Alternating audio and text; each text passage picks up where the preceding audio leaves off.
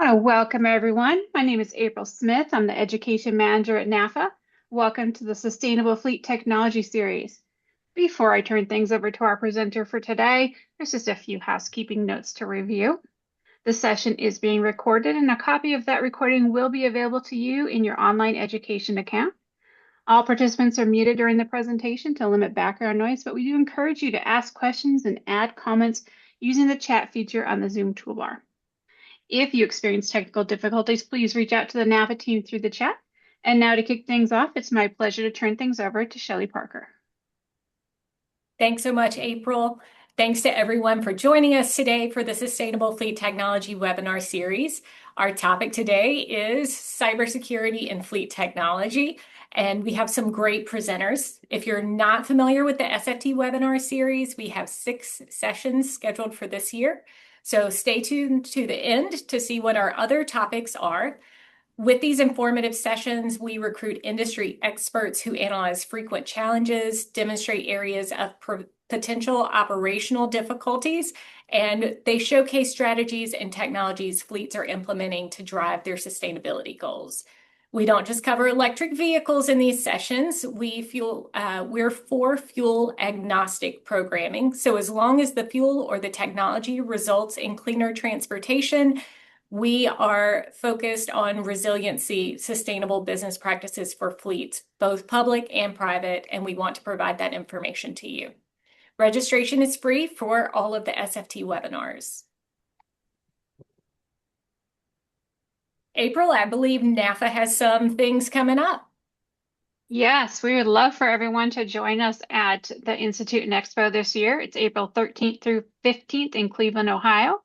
There is still a discounted rate, I believe, to the second week of March. So if you're interested in joining, you can use that QR code, or you can just go to the website, nafainstitute.org. You'll find information there. Lots of great information, education sessions, networking. So we'd love to have you.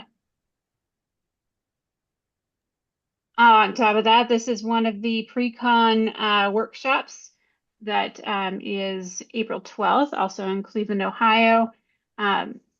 The Sustainable Fleet Management Certificate Program, if that is a goal of your fleet or personal education for yourself, that is a great course, and you can learn more about what that course includes.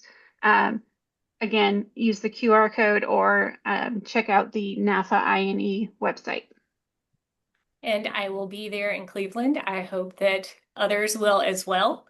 The Sustainable Fleet Technology Conference is also coming up in August. At our main stage, we have speakers that are international companies like FedEx, John Deere, Mack Trucks, Penske, and Kempower. And in our panelists and breakout sessions, we have fleet and maintenance professionals, IT sessions like this, and we just like to have folks that are focused on fuel and technology specialties.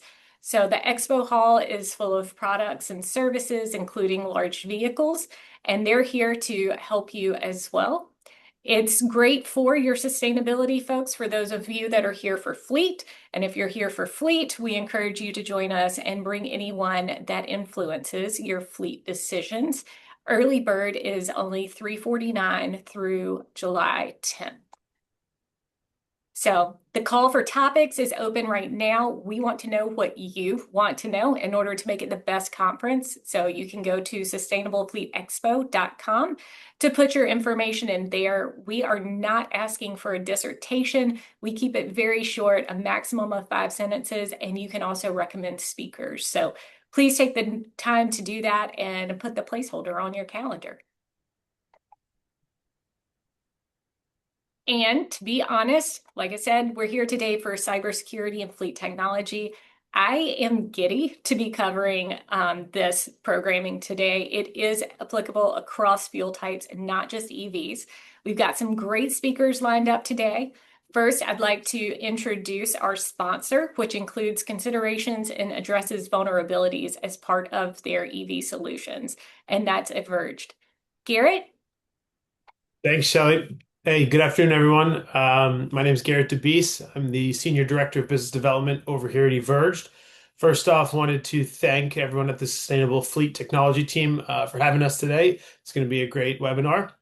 And I have about 5 minutes to chat with you guys today. The theme I'd like to convey here is the thought that I'd like you guys to have in your mind is how you can future-proof your operations through building cybersecurity into your fleet's energy and charging infrastructure from the ground up, not just as an afterthought. Can we go to the next slide, Shelley?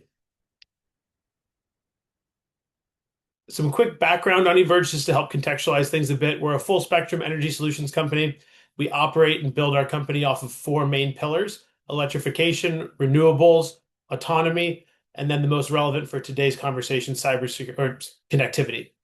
What makes this us different is that these pillars aren't operating in silos.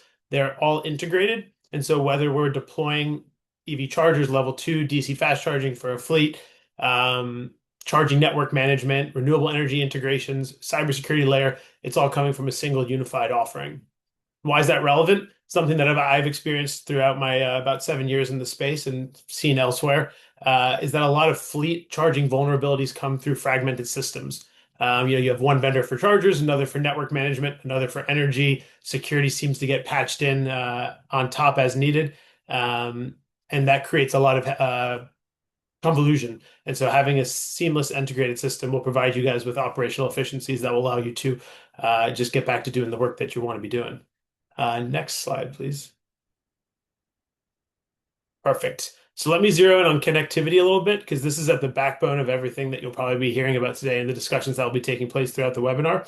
Whether we're talking about telematics, Bluetooth connectivity, network charging offerings, fueling equipment, all of this data needs to travel somewhere. How it travels determines how vulnerable you are. Excuse me.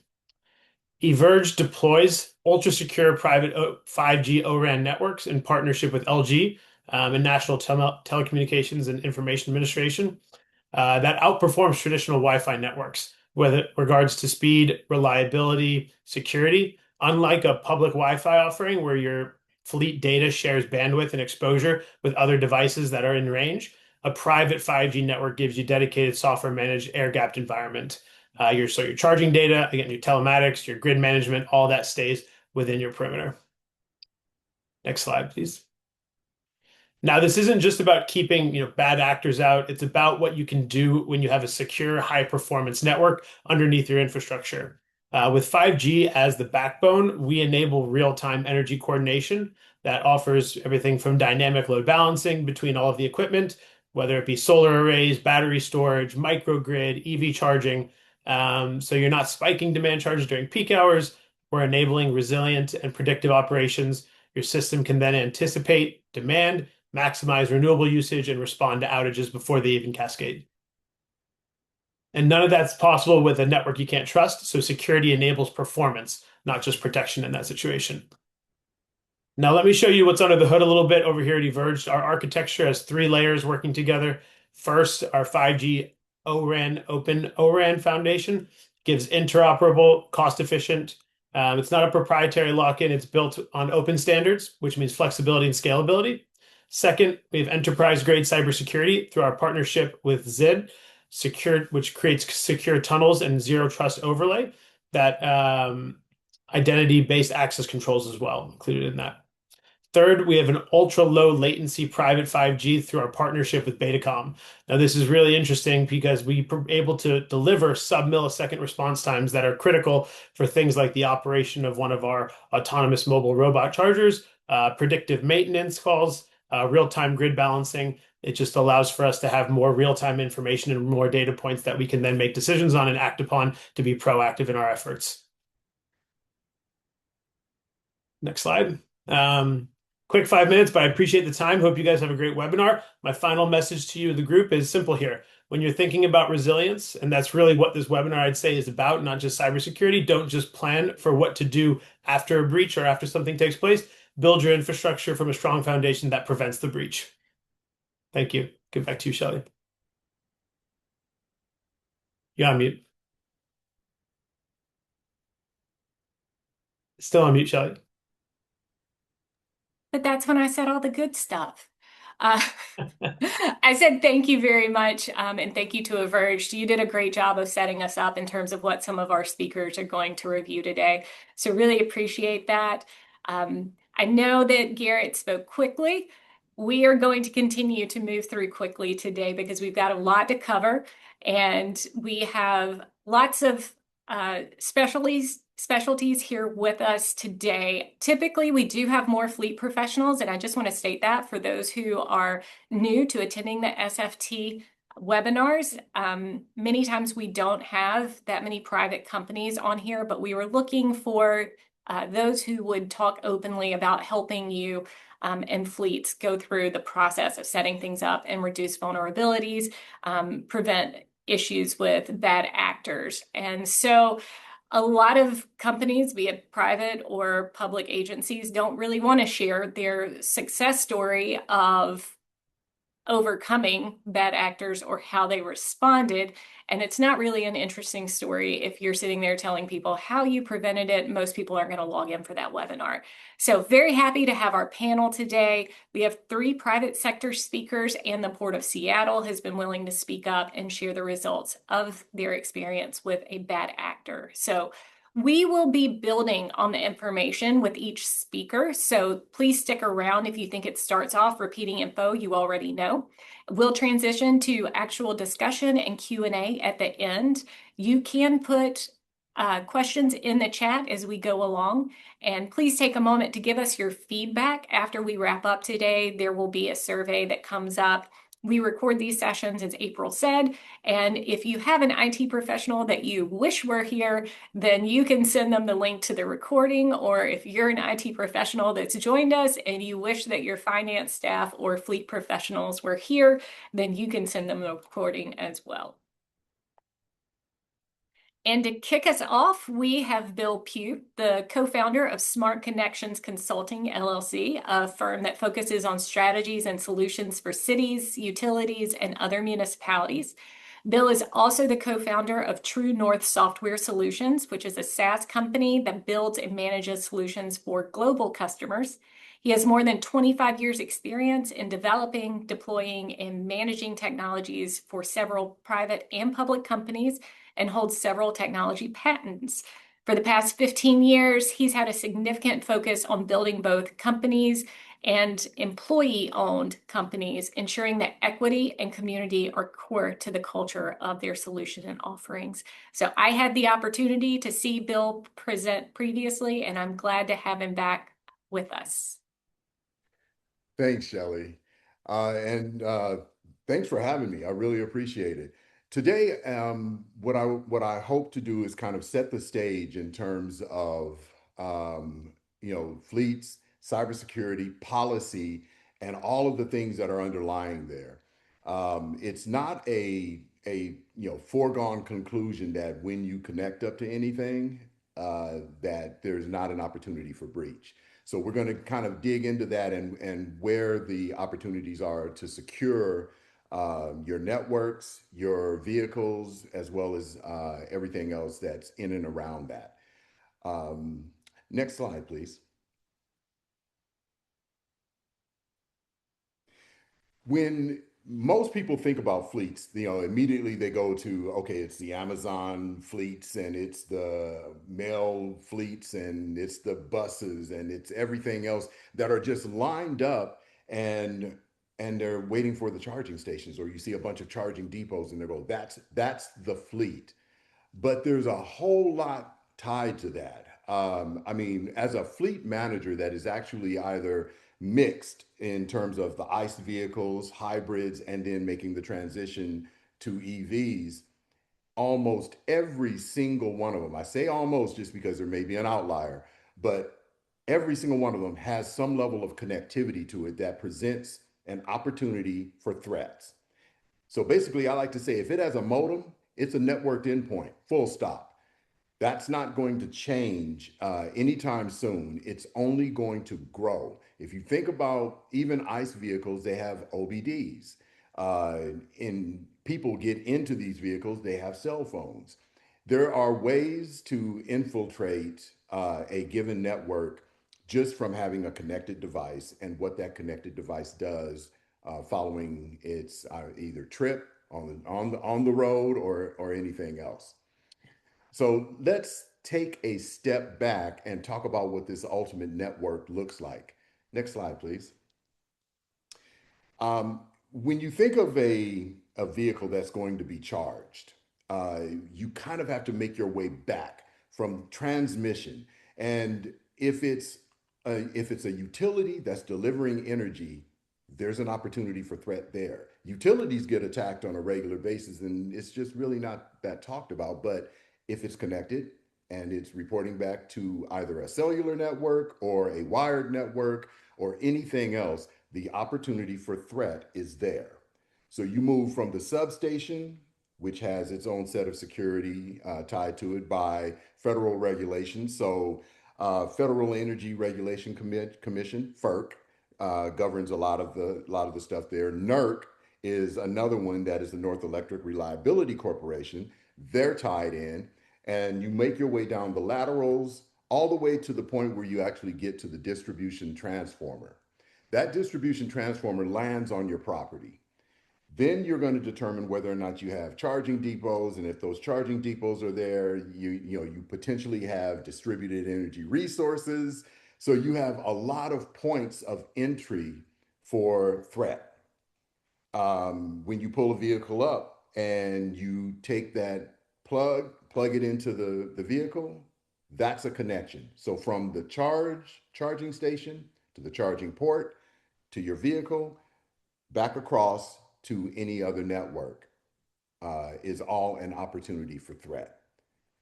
So it's not just that red box that we're talking about. We are literally talking about being aware of threat vectors all the way from the substation down to the point of service. And so now that we've talked about that, we can kind of drill into it. Next slide, please. What's already transmitting in your fleet right now is all of these things here. So you've got locations and routes. You've got, your car is telling you, or your vehicle's telling you, what's happening with the engine, or if there's any fault detection. You've got driver behavior that's being tracked and being looked at. Things are being reported back to home base in terms of health of the vehicle, health of the driver, uh, dwell time, where a vehicle has been, how long it's been there, whether or not the vehicle stopped, what charging station was it at, and how was that charging initiated. And then now there's camera footage. In a lot of the modern vehicles, if you back up, you have a camera that you're looking at.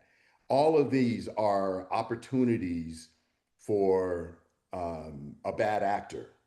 So every data stream is, I mean, if you think about all of these data streams and how fast they're moving and when they're moving and how they're moving, you have an opportunity to access any given network or any given entity at any given time. So you want to make sure that you're protecting yourself against that from a foundational perspective. Next slide, please. So I want to talk about three different opportunities for this to happen. So you've got APIs from your telematics. Those APIs are basically, stopped or picked up at a public endpoint. If there is no authentication that takes place there, and we're talking about authenticating the person or the entity that is asking for the charge, and you know who that is, and if there's no audit trail or traceability, now you've got a problem where you can actually have someone come in, address that device, and you've got remote command and injection, and then it ultimately can make its way across your entire fleet. And this spreads, rapidly.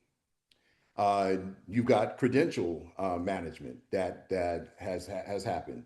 Default credentials. All right, we've seen this several times, whether it be in the wireless world, where your access point is, you want to get into it. The router address is password 123 or password 1234, whatever it is. It's a default. And you need to have a practice around that by which you rotate your passwords, by which you authenticate the users that are accessing that. And then now MFA, multi-factor authentication, is mandatory. You have to have that so that you can ensure not just once, not just twice, but multiple times that this person is authorized to do it. If you have authorization to actually access a device or a service and you do that once, it can now be spoofed. So you want to make sure you authenticate multiple times. And then there's ultimately ransomware, where basically a person could actually have a cell phone. All of these have actually happened. A person could have a cell phone. They're getting into the device, getting into the vehicle, and with this device, they've had a phishing mail attack. The device is paired to the vehicle, and now you've transferred that. Local network movement, fleet systems, needs to be encrypted, but you've gone from actually an automated system to falling back because someone has taken over your entire network and you're down. So you're back to paper and you're trying to figure out how to recover. You might be able to do it from a backup system, but if that person has taken over your jump host, you're done. Again, in every case, the organizations have had security policies. They just didn't apply it to their fleets. And that's the one thing. IT does not stop in the building. It extends itself to the OT environment. Next slide, please. So I like to think of the security in layers. So OSI is the typical standard that we'll use to talk about layer one being physical security, layer two network security, layer three communication protocol. Layers one, two, and three are the ones that that's the medium you typically want to care about the most, because that is the transport that is moving all of your data from point A to point B. And I've listed on the right-hand side what types of attacks can actually take place, and what you're doing to circumvent those are underneath each one of the layers. So I won't go through all of them, but I just wanted to make sure that we got through that, and I'll apply your thinking to all layers, because it's only when you have multiple layers of protection are you able to circumvent or isolate an attack that's taken place. Next slide, please. So I'm going to leave you with a couple of slides on the standards and where the standards are. So how they apply specifically to fleets, or how you want to be thinking about this as you move down your journey of electrification. And NIST is probably one of the big ones across the board. I work a lot with NIST in terms of helping to shape the best practices and some of the standards that are in this special publication releases. And so this will be excellent information, starting with the cybersecurity framework. That from there, you can now move into all of these other special publications. Next slide, please. Now, unified standards for fleet managers include IEEE, ISO, SAE, and ultimately the United Nations Economic Commissions for Europe. That one is probably the one that catches my attention the most, and that's down here at UNECEWP.29, where it is a mandate that vehicle manufacturers need to provide cybersecurity solutions or cybersecurity protection within the vehicle. You want to pay attention to that one. The rest of them are 100% supportive in terms of ensuring that you have a strong cybersecurity posture for all of your entities that are in your fleet, and that includes operators, that includes drivers, that includes maintenance across the board. And that is it for me. I think there's one more slide, and that just has my information. Oh, there. Right. Thank you, Bill. We really appreciate it. Moving on to our next speaker. This is Andrea. He is the founder and CEO of Privacy Per Cars, the first privacy tech company focused on automotive. Hundreds of dealerships, auto lenders, from OEM captives to credit unions and fleets rely on his multi-patented auto-cleared trademarked service to put vehicles under the same secure device management policies they have for other electronic devices by robustly deleting the personal and corporate data vehicles store. And I actually had the opportunity to see him present. And then when my family sold a car this year, we looked through and tried to delete as much as possible, which is not something I would have thought of before. So thank you for that and for joining us as a presenter today. Thank you, Shelley. I'm glad at least I made a difference for one person. My day is complete. And thank you, Bill, because you make my life easier. I think by now everybody has heard very clearly that a car is essentially the larger version but much uglier of the phone that you carry in your pocket. So with that job done, I can do something that is more fun. I love telling stories to people. Can we go to the next page here? I think that stories stick in the imagination of people, and I hear them all the time. I started this being curious about what data cars collect over a decade ago, started teaching my daughter how to hack into cars to extract text messages that me and my wife were exchanging. And from there, it kind of snowballed. So here's a few stories. I promise you, I have only three, but I promise you this stuff is happening in your fleet right now. So number one, this is Jeremy. All of these are fake names, okay? But Jeremy has a lovely beach house in the southern coast of the UK. His daughter loves to ice skate. That's creepy, but that's not the juicy part. The juicy part is that he's a military contractor. He has super high security clearance, works directly with the equivalent of the Department of Defense and with a lot of military contractors. And just by browsing the infotainment of his car that was for sale, now I know, for instance, where in the UK is the place where they control the spy satellites, which I think is something that probably I shouldn't know.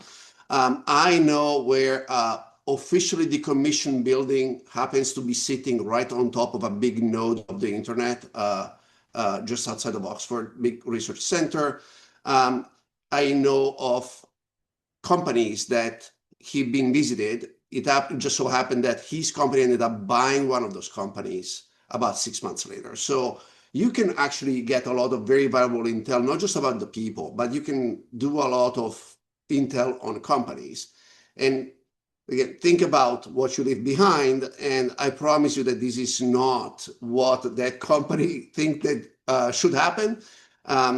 And so start thinking about cars as essentially a giant unencrypted hard drive that have a lot of personal data, but also a lot of corporate data. Let's move to the next one.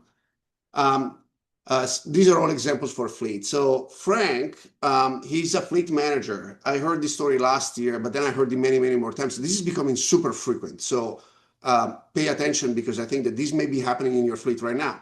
He got a call from one of his clients, which would be the equivalent of you, somebody who manages a fleet. And that person just ripped him a new one. What happened? The fleet had the company that had the fleet had just fired an employee and reassigned the car to another employee. Well, the problem is that the old employee was not a very nice person and thought that it was revenge time. And so he just pulled out his phone and opened the mobile app of the manufacturer. In case you didn't know, cars have companion mobile apps today.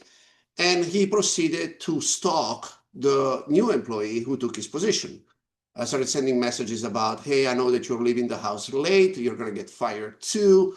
Oh, what a nice house you live at. Oh, I see where you're taking your daughter to school. And at that point, the police got called. So again, think about things that probably you don't think about, which is that cars have companion apps and features that sound wonderful and convenient can turn into an absolute nightmare if you're not actively managing those things. Let's move to the last example. And this is, for time, is a real name, Romeo Kiko. You actually look him up on the internet. He's famous for probably all the wrong reasons. He's mentioned in over a dozen class actions lawsuits. And he's famous with a lot of attorney generals of multiple states because they all sued a very famous manufacturer, which I'm not going to be naming, but if you guys have read the papers, you'll know. But not only on manufacturer, they sued insurance companies and data brokers and technology companies because they all were doing this. They were selling vehicles, attaching all of these, sucking data out of them. And they claimed that by buying the car, you had consented to them using the data for whatever purpose they wanted.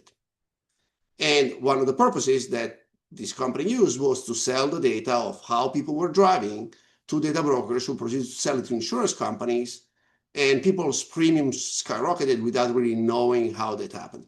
By the way, another person had a very skyrocketing. Romeo is known to have a lead foot, so maybe we feel less sympathy for him. But somebody else appeared in the paper that he had a dog. The dog came to welcome him every time he drove home. Well, the car detected this a near collision, so he literally had a near collision every day, and that dinged his score of the insurance. So lesson to be learned here is your car is collecting a lot of data, it's going a lot of places. If you do not know what that data is, where it's going, what it's going to be used for, some of these uses are not beneficiary to you. And I think you really need to think about how to clamp that down. So next page. This is a repeat of essentially what Bill said. Cars have become essentially the worst version of laptops and mobile phones. And unfortunately, not only very few cars have encryption, but there's the controls that are there are really hard to access if they're even controls. And there's very few tools. So again, my message to you is start thinking about the car about like a device and start thinking about what you can do to fix it. So can we move to the next page? I'm going to ask you to pull out your phone. I've collaborated with a number of state and federal agencies, and I collaborate with a lot of fleets. I try to boil that knowledge into a white paper on how to treat a car like if it was a smartphone, essentially. It's very practical advice, very little theory. Hopefully you will find this resource helpful to you. It's absolutely free. You can do a lot of these things without ourselves. So again, there's a lot of great information that is really not a privacy for cars thing. I think it's a good read if you're managing a fleet. And once you really realize that securing cars, like with everything with IT, everything related to compliance and everything related to people, it's a never-ending marathon. But there's simple things you can start to do. Start buying some running shoes, put on the running shoes and take the first step, and you will be far ahead of many other fleets. Next page.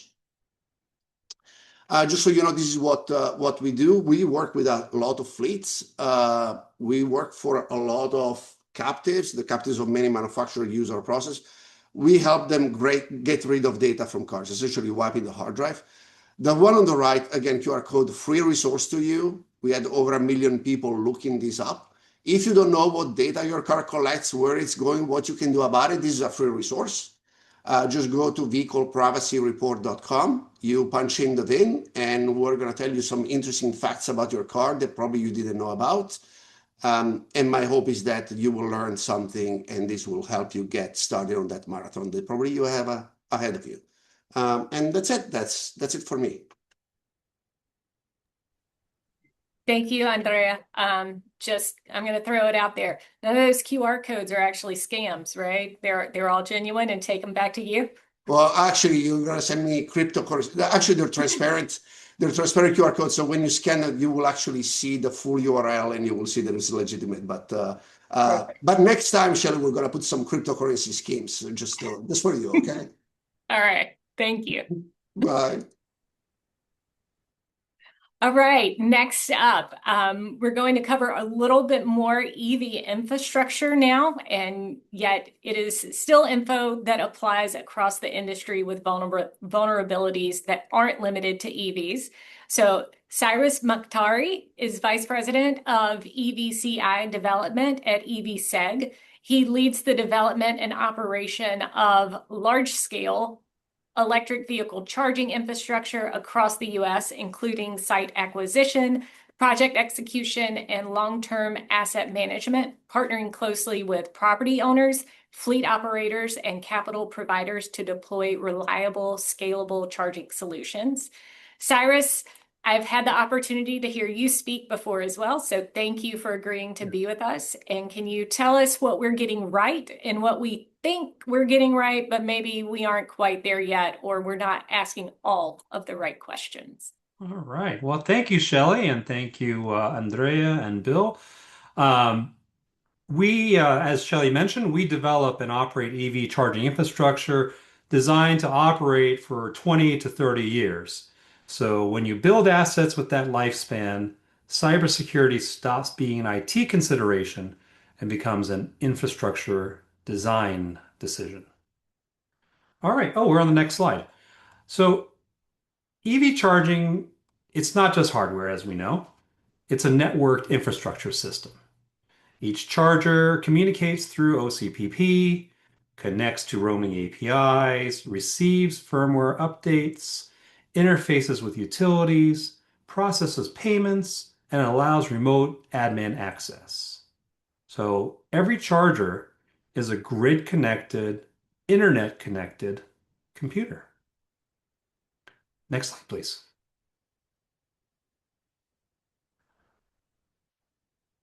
All right. So in the field, what we typically see is not sophisticated intrusion. We see governance gaps. Default credentials, as Andrea and Bill mentioned earlier, default credentials are left unchanged. There's shared admin accounts. There's firmware update gaps. Access isn't revoked during vendor transitions. Open ports, ports are open during commissioning. There's poor segmentation at sites. So most vulnerabilities stem from process and oversight, not from advanced hacking, although that is emerging, as Andrea mentioned a minute ago. Next slide. Thank you. So every network infrastructure goes through its maturity cycle. The internet did, cloud computing did. So now EV charging is entering its security maturity phase. The early focus was rapid deployment, and it kind of still is. And then standardization. Now it's governance. And ultimately, we're going to have asset class discipline. That's where we're headed. Right, next slide, please. Well, the good news is I was actually talking to some manufacturers the other day, and I see that the OEM level security, it's advancing. There's secure boot, there's signed firmware, we're seeing encrypted communications, controlled remote access. So what we're seeing is maturity at the hardware layer.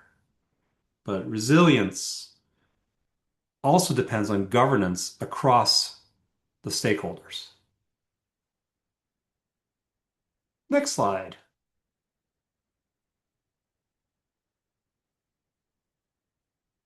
It's a shared responsibility. Infrastructure cybersecurity is shared across OEMs, network providers, site hosts, and operators. The risk occurs not necessarily at one stakeholder. It occurs at the seams between the stakeholders. That's what we see.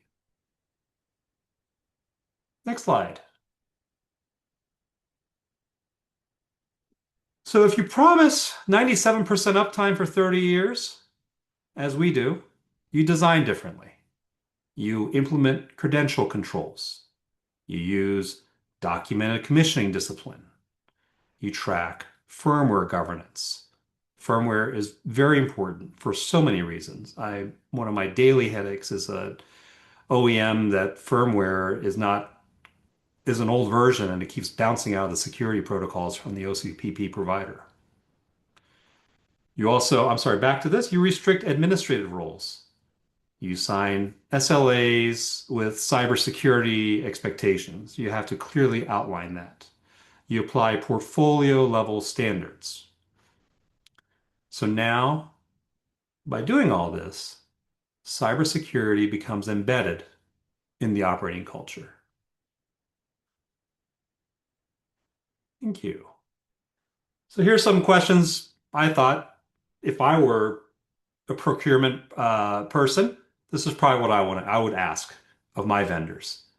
Who's controlling the firmware updates? Is it the OEM? Is it the network provider? Who is that? Who owns admin access? Who can get into your charger? Again, is it the OCPP provider? Is it the guy who installed the chargers? Or is that who knows? Uh, is the charging network segmented? And I think we're going to hear later on a problem that occurred. We need to know, is there a documented incident response plan? So the best thing to do, from what we've learned, is cybersecurity should be addressed at procurement. You got to ask those questions up front, not after deployment, after everyone's already cashed their checks and gone home. You got to do it early. Next slide, please.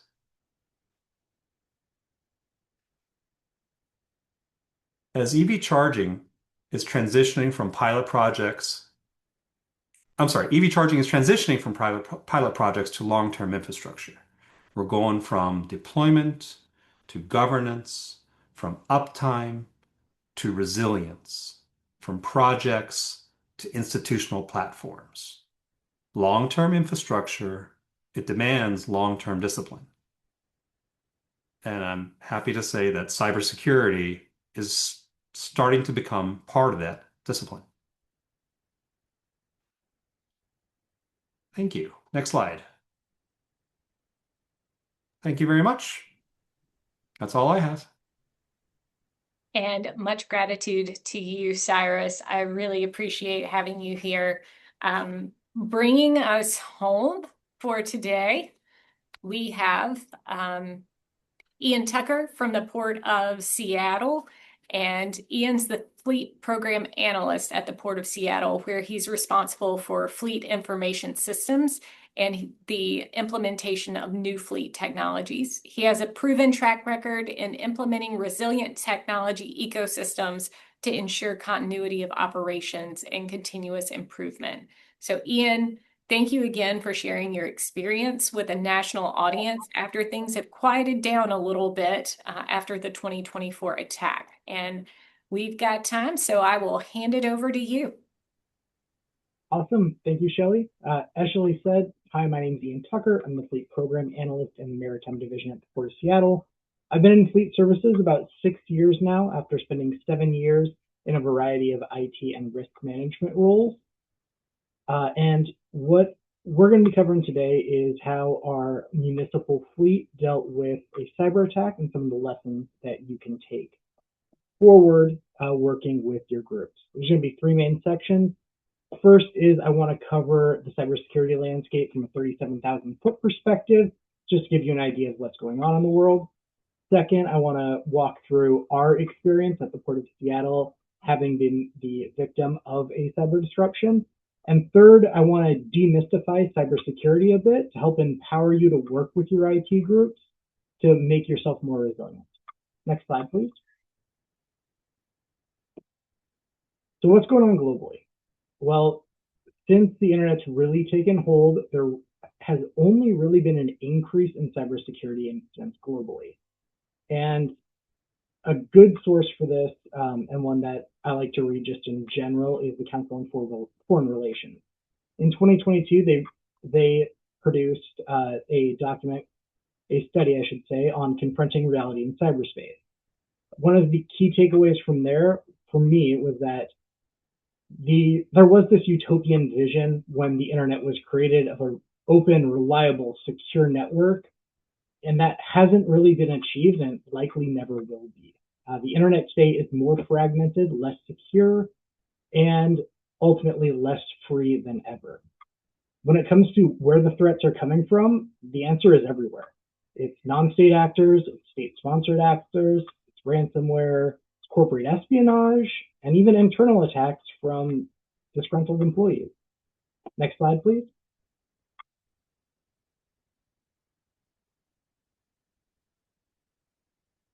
And because it's the elephant in the room on the technology front right now, AI is not going to save us from this issue. In fact, it's probably going to make it worse. Anthropic's been in the news a lot lately, and in November of last year, they documented one of the first cybersecurity incidents that was majority operated by AI. What this means is that targets can be identified and the attack can happen at a more rapid pace than ever. Next slide, please. So when we talk about being affected by a cyber outage, what we're really talking about is our continuity of operation. And in the aftermath of our own incident, we went through the CASM training materials to see what we could have been more prepared for. And when I was reviewing it, I did notice that a lot of the COOP learnings in the CFM training materials are very what I would call real world disruption focused or physical world. And the primary areas, if you do want to review those, are going to be in the asset management module, the maintenance management module, and the fuel management module. Next slide, please. When it came to digital, there was one quote I could find, and that's that your database administrator is responsible for backing up your data. And in the event of a disaster, they're the ones who are going to be responsible for getting you back online. That's really light, which I can understand because we are the fleet professionals. We're focused more on keeping vehicles moving and the operations rolling. But as the world becomes more sophisticated and more integrated, we're going to need to step up a little bit and be able to work a bit more in that IT space. The other thing in those materials is there's 3 primary principles of survivability, adaptability, and sustainability. And we're going to take those forward and transition them into the digital world momentarily. To do that, though, we need to establish a baseline of how we can talk to our IT department to have a shared language. Next slide, please. So to distill it to its absolute core, I've broken down our digital ecosystems into 3 main areas. One is the deployment model. This is where your system or application lives, where it functions.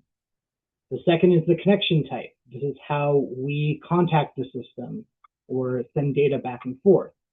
And the third is the authentication method. This is how the system knows it's supposed to be talking with us, or whether we're allowed to talk to it. Next slide, please.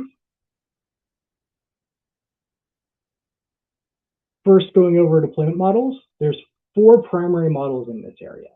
There's local deployment. This is essentially, it's directly on a piece of hardware, or the system's functioning on the laptop sitting in front of you. There's on-premise. This means that it's on a server someplace in the building, or really just on another computer someplace in the facility. Gets a little cloudy, no pun intended, in the co-location and cloud space.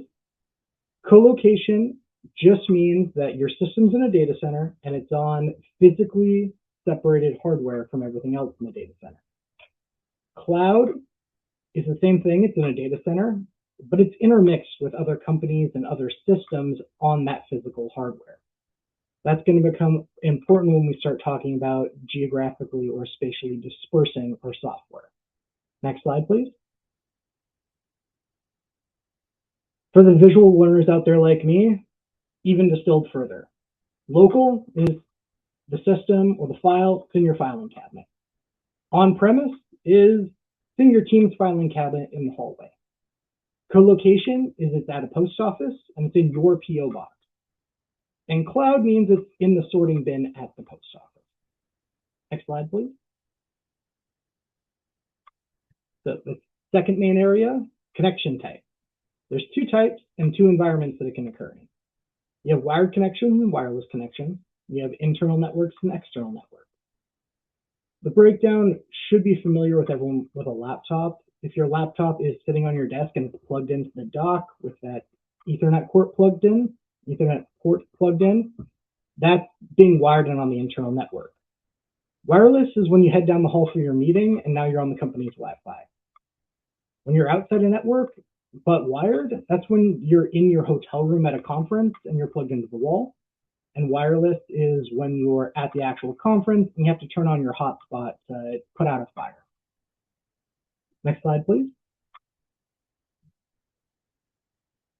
Last part of setting our baseline of terms is authentication method. There's really 2 methods here. There's single sign-on and unique to system. Single sign-on is where you have one shared username and password for accessing multiple different applications or systems. Unique to system is when the password is specific to that application or that system. A very easy way to think about this is that when you log into your computer and you're bouncing between Microsoft Office applications like Word and Outlook, you don't have to log in again each time. If that was a unique to system password, you'd have to log in to Word and it'd have its own username and password. And when you logged into Outlook, it would have its own username and password. Next slide, please. So now that we have our baseline, I'm going to start going over the case study of the Port of Seattle cyber disruption in 2024. As a heads up, the following case study diagrams and ecosystem maps are for illustrative purposes only. I am not describing our actual network. I am not documenting our actual network for the public, and definitely not putting it out into the public displays. While the learnings are real, deployment models, authentication methods, connection type may have been altered from how we actually operate to protect our own network from potential future attacks. Next slide, please.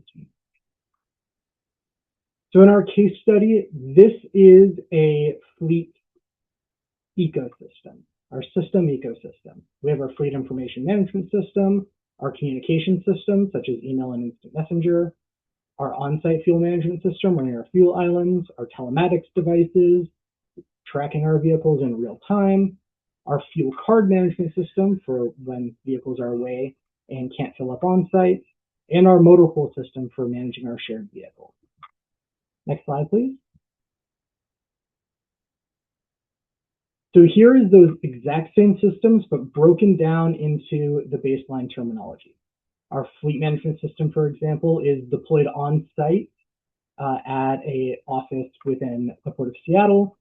Our communication system, though, that's over in the cloud. And those are using single sign-on versus our external network, where our fuel card management system is being hosted in the cloud, and it has its own username and password. Next slide, please.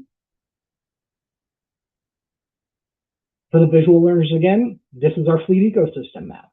How everything's connected to each other, whether it's on network or off network, whether it's on-premise or in a cloud environment. And keep this in mind as we go through the next slides, because now I'm going to actually start walking through the cyber disruption, and you're going to see this map change a little bit based on our recovery path. Next slide, please.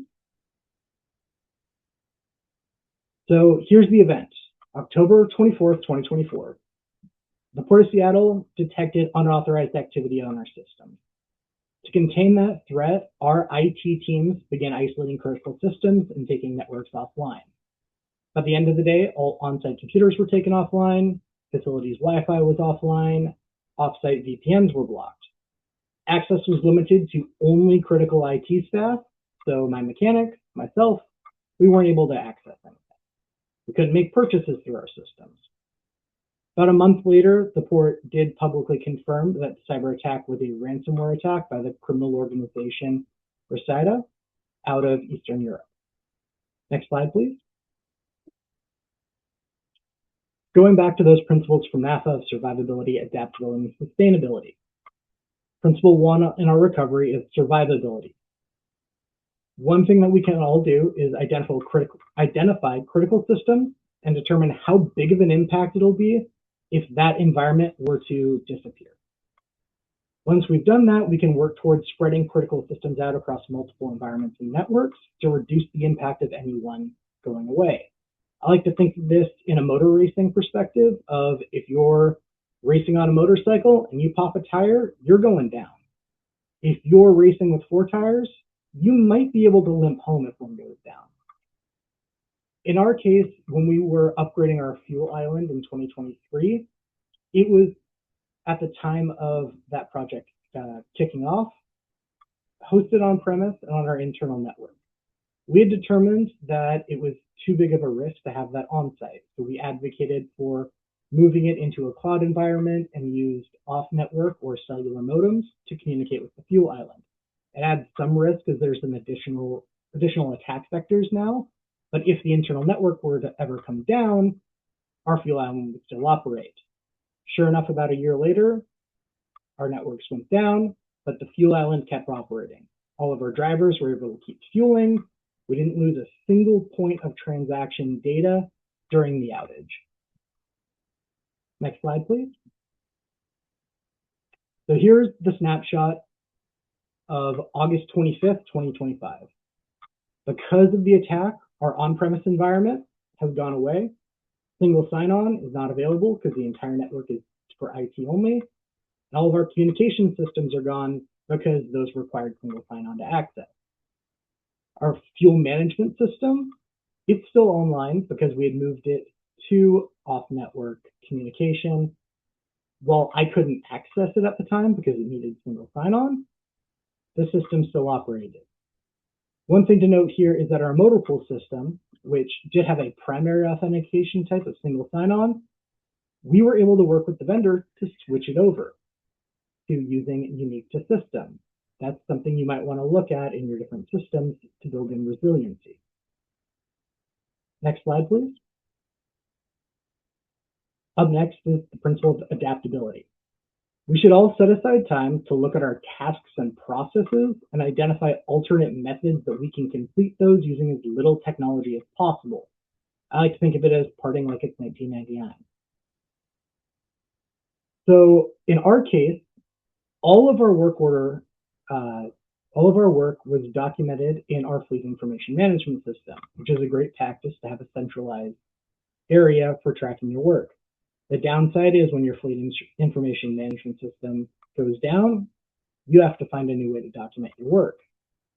We quickly sprang into action and created a paper method, a simple template that could then later be used as PM task list post-recovery. This allowed us for when the systems all came back online to do a full reconciliation of all the costs that had been occurred during the outage for our different departments. Next slide, please. So here we are, about end of September, early October, with our fleet ecosystem. ICT and our IT teams, they've done their work and they're starting to let people back into the system so that way we can start using email to communicate with each other. We're still having to run paper for a lot of our systems, but we now have those processes in place and we're moving forward. One thing I do want to note here is that you can have two systems back each other up as your continuity of operation plan. For example, if our fuel information system or our fuel management system were to go down, we have our fuel card management system. Our vehicles can still fuel up off-site. That's one way that you can build resiliency into your system from the get-go. I'd also say that when you're going through this and designing your continuity of operations plans, it's not one giant plan, it's a combination of a lot of mini continuity of operation plans, one for each system. Next slide, please. Lastly, sustainability. As Cyrus pointed out earlier, I believe, when our incident happened, we did have continuity of operation plans. We had emergency contact lists. We had asset lists. The issue is our department was storing those on our SharePoints, which was no longer available to us. That's a little bit of a whoops. Thankfully, when our incident happened, I had recently created a brand new asset list just in July, so we were able to use that to keep the auto shop moving forward. They were able to identify vehicles that had been to the shop recently and put those off for a PM at a later date, but we were able to keep them working and continue to honestly receive a paycheck by working on our vehicles. What I would recommend for any emergency really is have your own digital bug out bag. That could be as simple as a flash drive that has your business continuity plan, your emergency contact list, and your asset list on a flash drive attached to your security badge, something along those lines. I'd probably recommend exporting that monthly, maybe having the last date of service, odometer readings from that service, and what type of preventative maintenance was performed. Next slide, please. So this is just illustrating 6 months later after the disruption. All the systems are back online, but we now have a new secondary option of having a locally stored, because it's on that flash drive, backup of some of our critical information to keep moving. Next slide, please. So if I had to segment out 4 takeaways for you from my presentation today, it would be these. Number 1, map out your fleet ecosystem. You can do it in simple circles and squares. Know where everything lives, how you talk to it, and how it knows that you're allowed to talk to it. Number two, work with your IT teams to build in resiliency as a feature to your ecosystem by diversifying your deployment models and authentication methods. We know in nature that a diverse ecosystem is a healthy ecosystem. That holds true for how our fleets need to operate. Third, there isn't one magical solution to this, and I can't tell you what the perfect disaster plan would be. Just like the same continuity of operations plan for a hurricane doesn't apply to an earthquake. Fourth, follow the three principles that are in the CIAFM materials, but just apply them to a digital world. Focus on survivability, adaptability, and sustainability when making your continuity of operations plans, and you'll set yourself up to be able to limp home on three tires. Thank you all. I'll pass it back to Shelley. Thank you, Ian. Really appreciate it. Again, thank you to all of our presenters today. We do like to open it up for Q&A. So if you don't mind cutting your cameras back on, feel free to jump in and answer questions.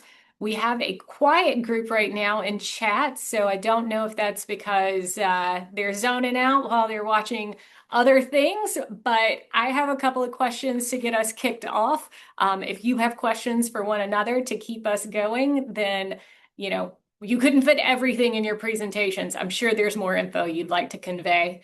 So my first question that I would pose to you, knowing that you all have different backgrounds, you're covering different types of technology, the type of equipment that you're working with, who do you call first? And how do you know you're not overreacting?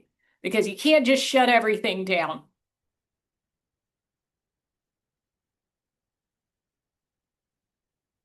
Anybody?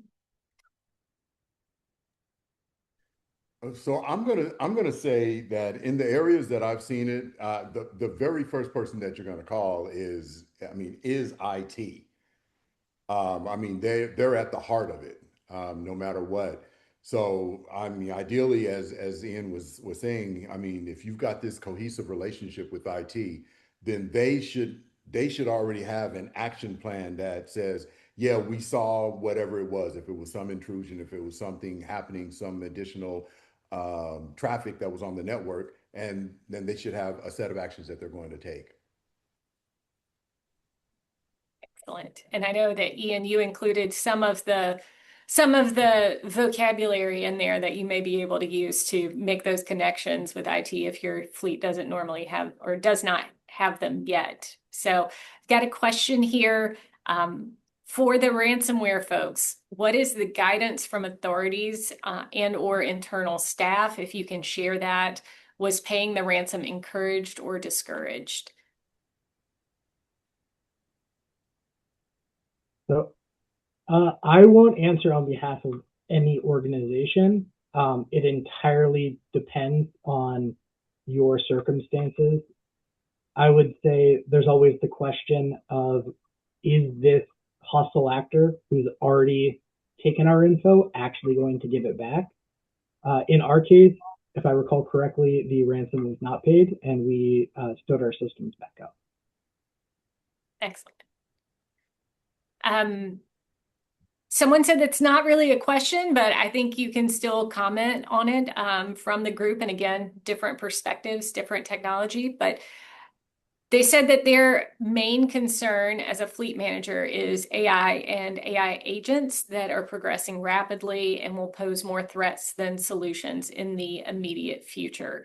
So I know I've heard stories recently where AI was actually the bad actor in and of itself. So comments from the group or corrections for what I've heard.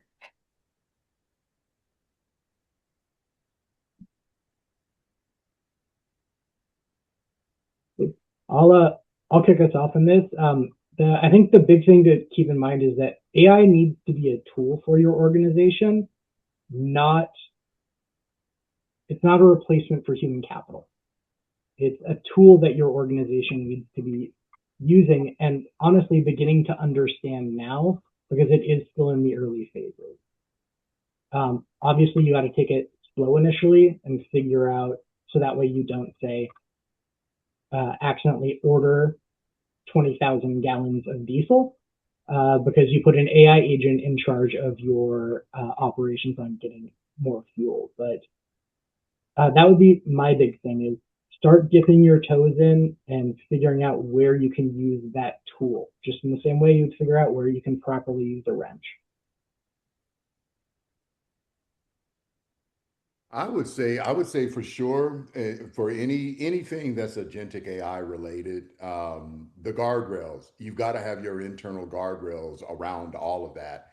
And the idea of it touching critical infrastructure, I mean, my suggestion would be avoid that for as long as you can until it's been proven in a sandbox, because the hallucinations are still there, the errant messages are still there. So I agree with Ian. I mean, you take it very slow, one step at a time. And the next question or statement is actually for Garrett. Please speak to experience implementing cohesive air-gapped connectivity as described by Emerged. So infrastructure, charging vehicles, things that they can implement practicality-wise and the difficulty of doing that. Yeah, so we have a test bed down at the University of Alabama AMP Center, where we have kind of our full integrated system setup of the 5G O-RAN overlaying a microgrid solution supported by a battery and a solar array, and then into EV chargers. I would say the biggest thing to consider, and if you're looking to approach something of that level of sophistication, um, is to come at it from all angles, right? And to align yourself with a partner that has the ability to bring various technologies and various solutions that are going to fit your specific needs, right? Because every situation is going to be a little bit different on what your needs are, what the downtimes of your vehicles are, what kind of cycle they run on, what type of infrastructure is needed there, what utility you fall under. Like there's so many differentiating factors that need to be taken into consideration. And so I would say looking at things very macro, from a very macro perspective, will allow you to create the most bespoke model and align yourself with a partner that's going to be able to accomplish your needs. Cyrus, do you want to add on that at all? No, I think Garrett covered it all. So, All right. Well, the reason why I called on you was something that you and I have talked about before, which is, when you've got the EV infrastructure out there in the field, there is the open operability systems that may or may not truly be open. And then what happens when software is built on and integrated with software and built on software and following up on all of the different patches that are out there, in addition to, that initial walking up to it and the password being the default password. well, I mean, one thing right here, I actually have a manual on my desk from one brand of chargers, and most of the charger brands, I mean, it's kind of known amongst people who commission and install chargers. They have their IP address is there's an open access point, and I could probably tap into it from my phone. I can go to any brand X charger and walk up to it with my phone, and I can control it. I can go to the firmware level because it's not protected. There's admin 1, 2, 3, 4, and I believe one of the earlier presenters mentioned that. So that's there. And then one other comment, I was something funny that not funny, interesting that just happened while other people were presenting. The firmware issue just popped up at one of our locations, an incompatible firmware with the software, with the security levels, and the station was down. So, my team had to reboot it, and it's because the network provider is pointing fingers at the manufacturer of the OEM saying, OEM, you need to upgrade the firmware. Firmware says, no, you need to fix your security to allow this firmware to say it's okay to operate on your network. So that's a real life in real time. Charlie, if you don't mind, I'll bring this full circle. So Bill said your first call should be to IT. I fundamentally agree with that. They understand managing connected devices better than anybody else, most likely. Your second call should be procurement.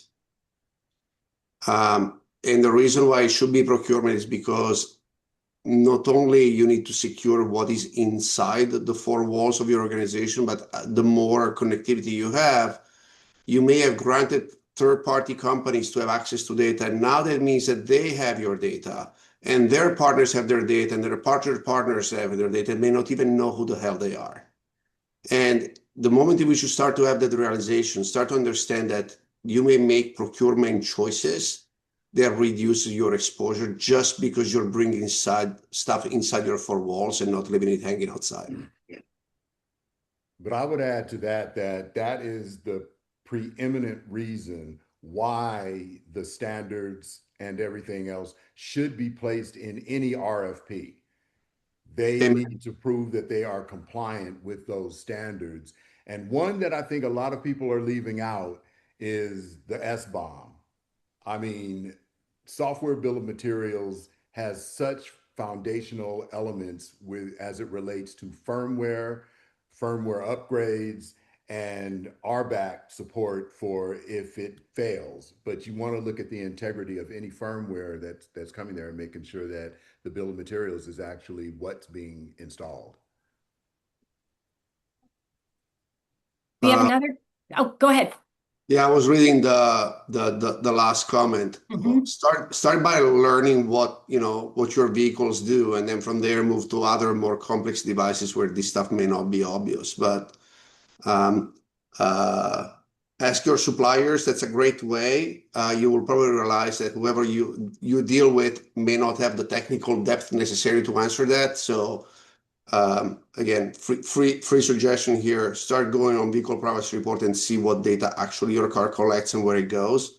And understand that you actually have rights in a number of places in the United States to restrict access to this data.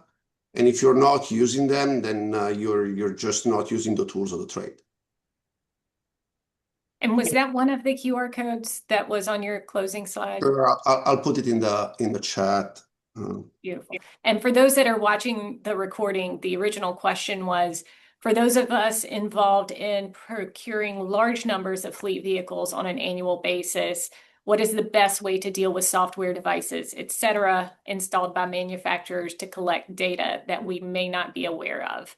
And Andrea entered vehicleprivacyreport.com as one of the resources that's available to you as a fleet manager or to you as a car owner in general. Well, and also, I know that some fleets are from states because I saw some email traffic coming in. For those, there's also an entire additional list of things that are not allowed to be happening. And so ask your suppliers whether they have different setups for government entities. Some of them actually do, but if you don't ask, you don't get it.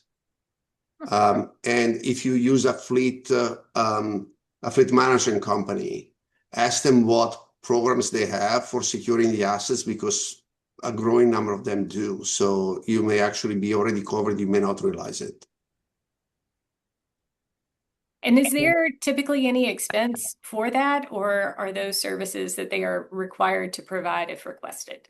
They're typically included, but again, depends, right? And everything is a negotiation in life, right? But I can tell you many fleet leasing companies have a number of things that are included in your lease. Again, you may not realize you already have coverage for it, which is a good thing. So question out here for the group. If I work for a fleet and IT thinks that they don't really need to be involved in it, or procurement is really only focused on it from the perspective of the tangible asset, how do I get them to the table without scaring them away and wanting me only to go back to ICE vehicles and a credit card?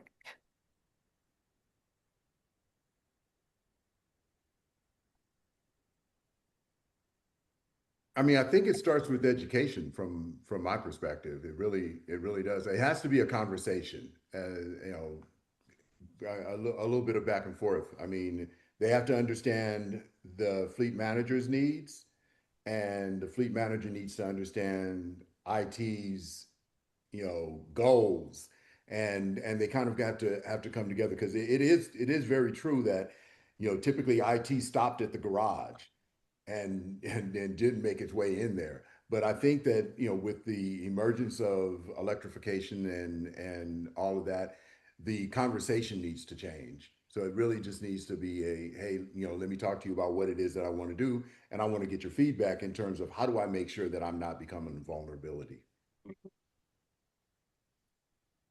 Excellent.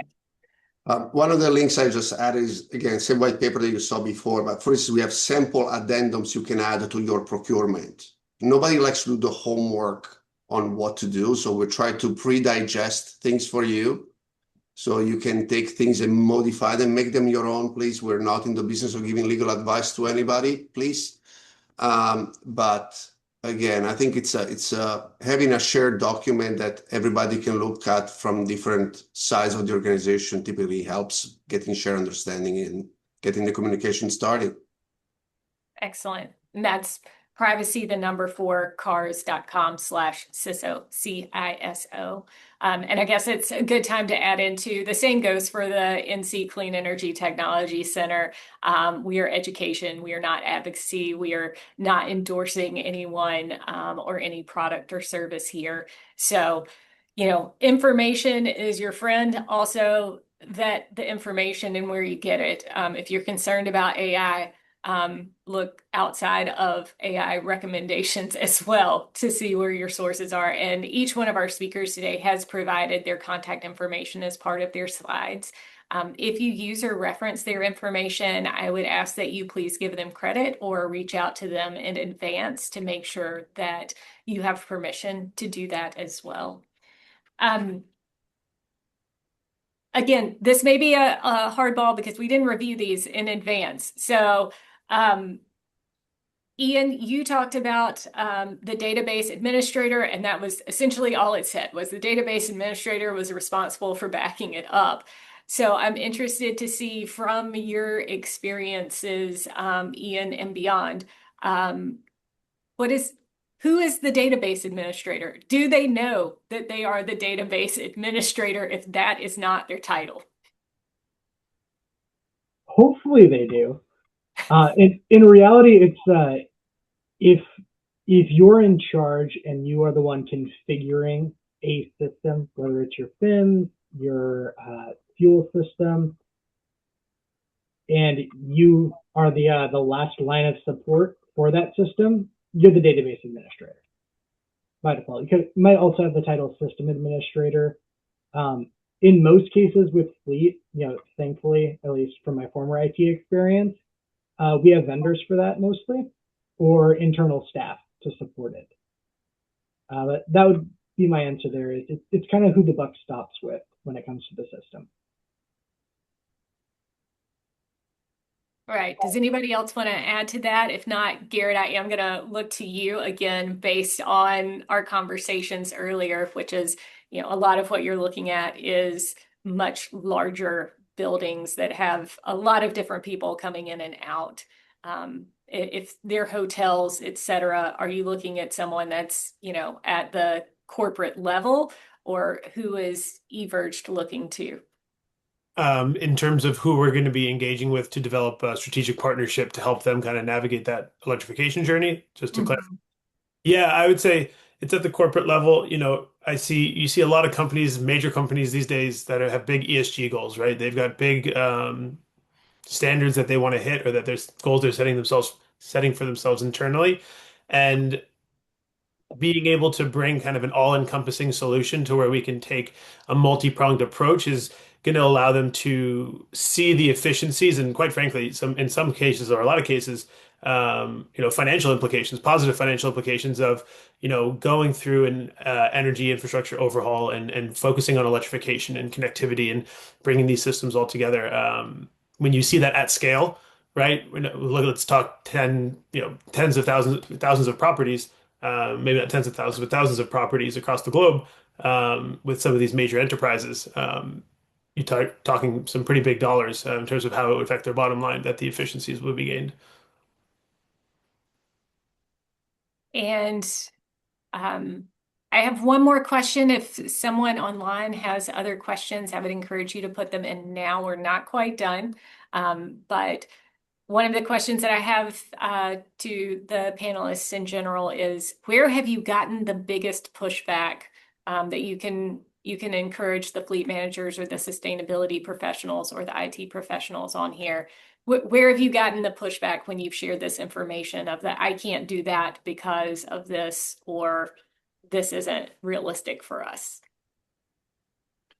I would say when I recommend, I think it was Cyrus that actually mentioned OCPP. So one of the very first things that I've said is get in and participate as open charge point protocol. Get in and participate. You don't have to, I mean, but get in and participate. See what's going on there because they're doing it all from the type of plug that's used to the exchange of data to what data is kept to where the data is going, provenance, governance, all of that across the board. Get in and participate in these standards bodies, and you don't necessarily get a warm, open arms, hey, I'm going to do that. It's, how much time and who can actually do it, and we haven't done that, and there's a lot there.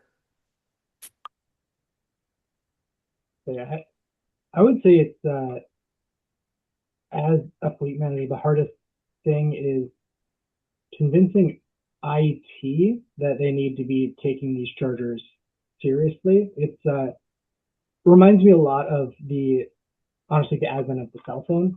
The fact that when cell phones launched, or especially modern cell phones that are a computer in your pocket, it's a huge scope change for IT. And the fact that now instead of having 100 laptops out there, you have 100 laptops and 100 cell phones, one for each person. You've just doubled their workload.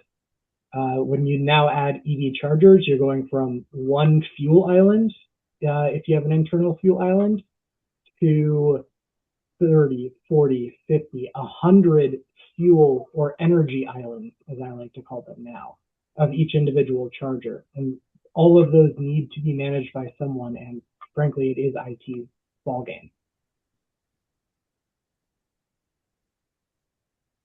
Change is hard.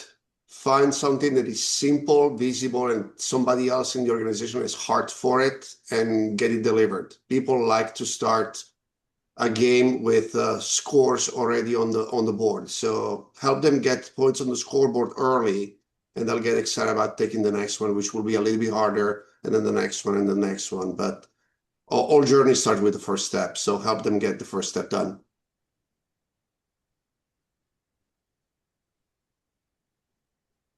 All right. Cyrus, are you going to take the last word? Sure. I just wanted to add on what Bill was saying. It's just some of the issues that I run into when I talk to folks is that uh, some people don't, present company excluded, recognize that OCPP networks are actually the key. And Bill is exactly right. That is the brains, the OIO, the operating system of your chargers. It's kind of like having a cell phone that has either iOS or Android. You need that operating system, and the operating system is a gatekeeper to a lot of security, so it is very important. Thank you. And we will have the slides posted along with the recording, so look for the follow-up for that. Again, if you want to forward that on to the coworkers that you have that you wish were here but weren't, we hope that you'll do that as well. Last plug here for the Sustainable Fleet Technology Conference and Expo. Would love to have you there as an attendee, and also have you there in the Expo Hall if that's a good fit for you. And NAFA INE is coming up in April. I will be there along with the other NAFA staff, working along and making sure that INE happens. It's always a great show, and it is a fantastic networking opportunity. And want to make sure that everyone is aware of the webinar schedule for the remainder of the year. So we've got some other great things coming up, and hope you will join us for those. And don't forget to sign up for those webinars, and we hope that you will also complete the survey that comes out right when we start to wrap up here. So April, thank you for your technical support on the back end. Absolutely. Great information. Thank you to all the presenters for being with us today. And for our attendees, you will get a link with this recording and the slides, and that should come out sometime tomorrow. So be looking for that. If you do come up with a question later that you wish you had asked, you can send that on to Shelley or myself, and we will make sure it gets to the right person. Um, if you will, please, when this webinar closes, just hang tight and answer 5 quick questions for us. We would appreciate that. Helps us to improve these. And like Shelley said, the next webinar coming up for sustainable is open for registration right now. So go ahead and get that on your calendar. We'd love to have you back. And that is law enforcement vehicle options on March 19th. Absolutely. Thank you, everyone. Have a great rest of your day. Thank you all.